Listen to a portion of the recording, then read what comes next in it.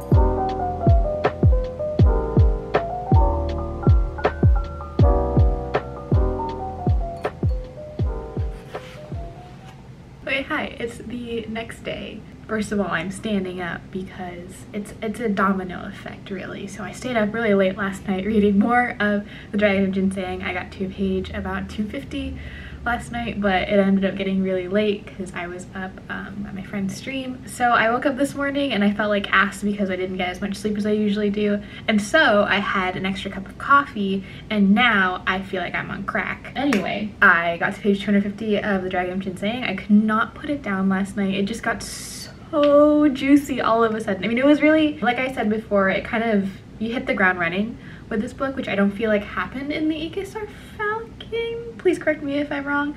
I definitely feel like there is a lot more happening in this book and it's very exciting and I keep wanting to just read more and read more. Like, if I had the time, if grad school wasn't a thing, I would have finished this book already because it's just, I'm itching to pick it up at every single given moment. But yes, it's all very exciting. So one thing I never realized about the past two books in the series is that we focus a lot on Talyen's dad. Talyen's dad is the deceased dragon lord, warlord? Dragon lord, one of the two, Yeshin, who was the king of Oranyaro, and also he defeated the Ikesars and blah blah blah. He was a really fearsome guy, and he definitely built up a reputation for himself amongst other people, but most importantly amongst Talyen. And in the first book we see the aftermath and how people think of Talyen with regards to her being his daughter.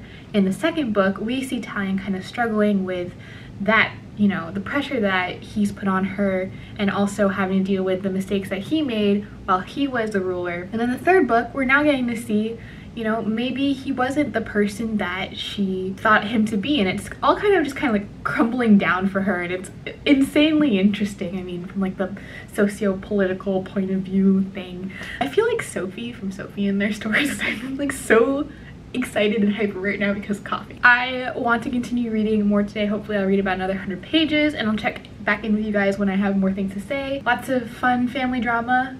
Also, Ubek, fucking hate that guy, y'all. I will check in again when I have read more. Okay. Hello, hi again. It is another day. It is currently Thursday, the 22nd. Some very exciting things. First of all, yes, I am wearing shorteralls. I cannot show you without being awkward. Anyway, they're great. I love them. Fulfilling my cottagecore dreams. I also got these super cute new earrings. Last night I got to page about 330 of this chunky boy. Yeah, we are just chugging through. Honestly, this kind of reads like a TV show, which I know is like not the greatest way to explain it. But it just, you know, things keep rolling, you want to keep reading and find out what's going to happen, blah, blah, blah. And so many layers of this very complex world and this very complex situation that the main character is in. Are these layers being peeled off and we're learning things are getting revealed, it's all very exciting and whatnot. So unfortunately, I would have stayed up later to read more of this, but currently I'm really only able to read late at night. So you know, I'll read from like 9 o'clock to 11 o'clock, and the print in this boy is a little small and there's a lot of stuff going on, so it is taking me a little longer than anticipated, but I'm hoping to read some more today because I have some extra free time. I don't have much else to add. Oh, this is becoming very reminiscent of Descendant of the Crane. and I cannot tell you why without spoiling both books, but I do really enjoy the metagame that's going on in both books, and that is really coming to life in the third book, especially for the Bitch Chronicles. So yeah, I'm just really enjoying that. If you guys are into kind of meta stuff, I definitely recommend checking out this series. It's so well done and so well crafted, and I just can't wait to see what else is going to get revealed next. You know, I'm scared also that people are going to die. There's been a lot of death in this novel so far, so scared who's going to go next, but also excited to find out what happens next. I'll check in with you guys probably tomorrow. Hello and happy Friday to everyone but Prince Ubek. So last night I read to page about 450. Let me double check. Yeah, 450, which means I have 150 pages left, and oh my god, every single night my struggle is I want to stay up reading this, but I consciously can't because I know I'm gonna feel like ass in the morning, so I go to sleep. I don't get time to read during the day because I'm doing work, but I decided I'm gonna be irresponsible today and finish this book instead of doing my work because I really want to finish this book and give you guys my final thoughts. Yeah, there's a lot to be wrapped up in the last 150 pages, but 150 pages is like half the length of an average YA fantasy book, so it's like it can be done. Not well in some circumstances, but I trust Villoso to really wrap things up really well. Let's see, the whole thing with the dragons, y'all. The dragons are my favorite part of this series. I know they're like a very minimal part, but honestly, the whole magic system with the dragons and everything, it's so fun to me amongst all the other suffering and whatnot. So yeah, also trigger warnings for dog deaths on page. Yeah, I will check in once again when I finish this, probably. We'll see. Okay, y'all, so I just finished and it was crazy good. I literally just blasted through the last 150 pages because I mean, the entire book is very thrilling, the entire series is very thrilling, but of course, you know, you're interested to see how it wraps up and whatnot, and so you can't put it down. I loved it. I loved every single way that this was wrapped up. I mean, it definitely builds up to a huge climax, but at the same time, it's not as crazy. It's not crazy. It's not unbelievable, which I really appreciate. The way this series was written, it takes place over 3 books, but all of the, I guess, exposition, all of the little crumbs were really well sprinkled out throughout the entire series. And I read the first 2 books last August and September when the Ikisar Falcon released, and I can't believe how big brain it is. Again, I don't want to say much to spoil it, but so much was well done and believable, and just I cannot believe that Villoso went through 3 giant books. Like, none of these books are short, none of these books are simple, but she kept all the facts straight. There's no holes, everything is wrapped up really well, everything has a purpose. I know at some point in the Ikisar Falcon I felt like, oh gee, this is really dragging out, like where is this going? But the third book is truly a masterpiece because it brings everything together and concludes the series in a way that honestly makes me feel really satisfied. Like, I don't know if I've watched many TV shows or read many books that are epic fantasies that have left me feeling this satisfied. I love the ending so much. Another thing that I really appreciate about the series is that obviously Talyien is kind of on the outs with pretty much everyone, and she has to recruit allies, and I just love seeing the people who are there who are loyal to her, who are not there to fuck her over or anything. So that was another part that I really liked at the end of this book, is that we get to see everyone, all of their efforts in helping her throughout this series kind of come together in one last final push to help her kind of reunite the lands. I think that a lot of the time throughout the series I was kind of wondering, like, where is this all leading? But in the third book it's very, very clear what the goal is, the grand scheme of things goal is, and I think that definitely got focused on the details of what was happening. I didn't, you know, see the big picture, but seeing the big picture now makes me adore this book that much more. And I think I mentioned this before, but if you are a fan of Descendant of the Crane, I think that you will really enjoy this series. I don't want to spoil Descent of the Crane, I don't want to spoil the Bitch Chronicles, but I really think that if you are a fan of one, you'll be the fan of the other. This series is definitely a lot more gory, there's a lot more death, it's obviously a lot longer, but the themes are just, you know, the exploration of themes like, you know, your parents' control over you in your life, and what it means to be a good leader, and those kinds of things. Again, I don't want to spoil it too much, but the themes are just excellent, the explorations are excellent.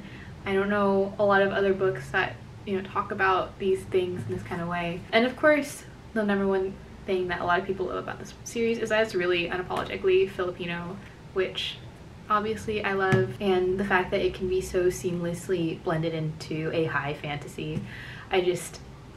I love this series so much. I'm gonna wrap this up because I don't know how long this vlog is currently, but thank you guys so much for tuning in. Thank you so much to Shalea from Caffeine Book Tours and Caffeine Book Tours, as well as the publisher Orbit Books for having me on the Caffeine Book Tours. I almost said Dethrone the Dragon Lord because that was what the Ikisar Falcon one was. Okay, yeah, this is the hashtag bleed for the Dragon Throne tour.